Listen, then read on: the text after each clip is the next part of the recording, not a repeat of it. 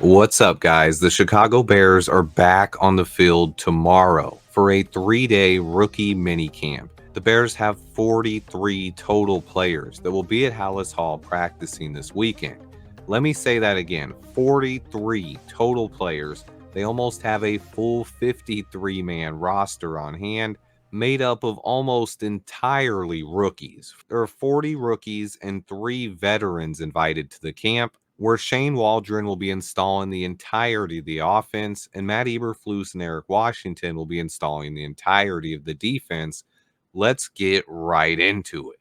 First off, there were a few veteran invites to the camp as well. Wide receiver Freddie Swain, a guy I have to mention. He was a speedster out of Florida from the 2020 draft class. He ran a 4.46 40-yard dash. An interesting name for sure, as well as a couple other veteran invites as well. But there were 9 guys officially signed to contracts. Our 9 official undrafted free agents are Keith Randolph, Jamri Chroma, Theo Benedict, Ian Willer, Austin Reed, Reddy Stewart, Peter LeBlanc, Carl Jones Jr., and Brendan Bates. We also have 5 draft picks. Remember, our draft picks, led by Caleb Williams and Rome Odunze, will also be practicing this weekend. We can't forget about the stars, but today we're here to talk about the diamonds in the rough and the other guys that make up the 43 players on hand this weekend. So now let's get to the massive list of rookies and undrafted free agents that are going to be at Hallis Hall practicing. First off, there were a couple of players that were reported as signing with the Bears that are not on the official minicamp roster. No word on what happened there, but here are the guys that are officially missing from the Bears minicamp roster released today. First off was wide receiver Odu Hilaire from Bowling Green. He is not listed, and neither is Kansas State center Hayden Gillum. Both guys had apparently agreed to terms with the Bears, according to some reports on Twitter, but neither guy seems to have made it.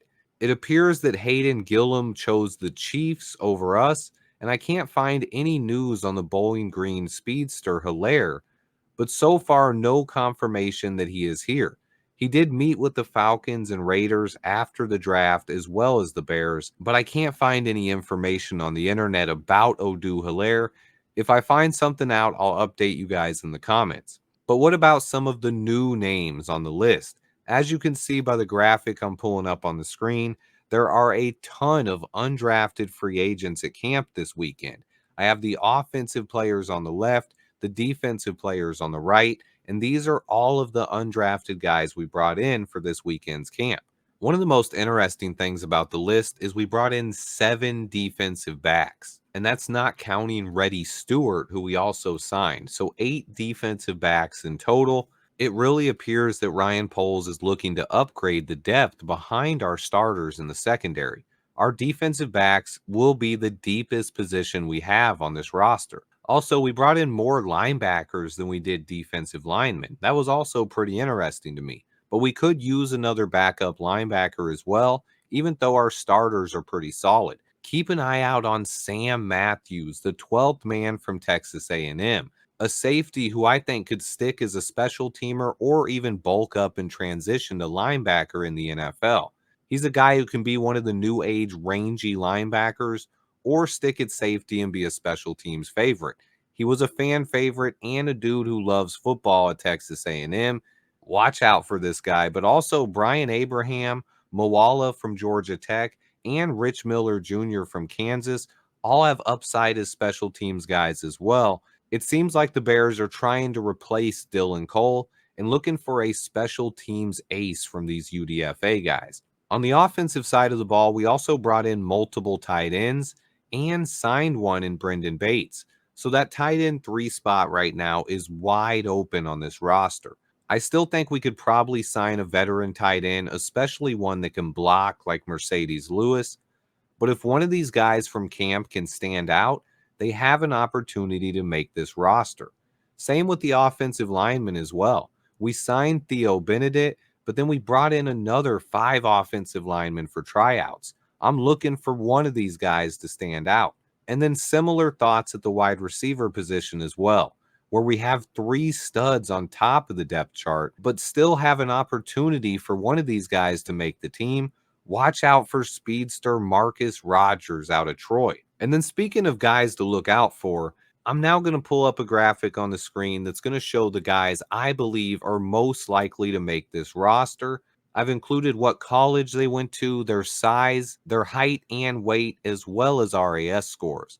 Defensive end Jamri Chroma stands out as the top guy on the list for me. He has awesome burst off the line of scrimmage to go with a 9.65 RAS score and a need at defensive end on this roster. It gives him potentially the best shot to make the team. And then I got a surprise running back slash kick returner Ian Willard from Howard, a guy that Greg Gabriel really likes as well. He runs hard and has great speed. I love this guy, and he has the potential to be an above average returner in the NFL. And then I've already talked about Keith Randolph Jr. from Illinois, a big 296-pound defensive tackle who could grow into a nice rotational piece on this defensive line. But there are a lot of interesting players on this list. Theo Benedict is a huge left tackle out of Canada who scored a 9.03 on his RAS. I love his upside. I really like Cameron Stutz as well, a 343-pound interior lineman that can maul people. And then I also got to mention Noah Atagi. Reddy Stewart is the ball hawk from Troy. Sam Matthews is a guy who I think could be a special teams ace in the NFL. Watch out for him. But the guys on the screen now are the ones I believe have the best chance to stand out and earn a spot this weekend.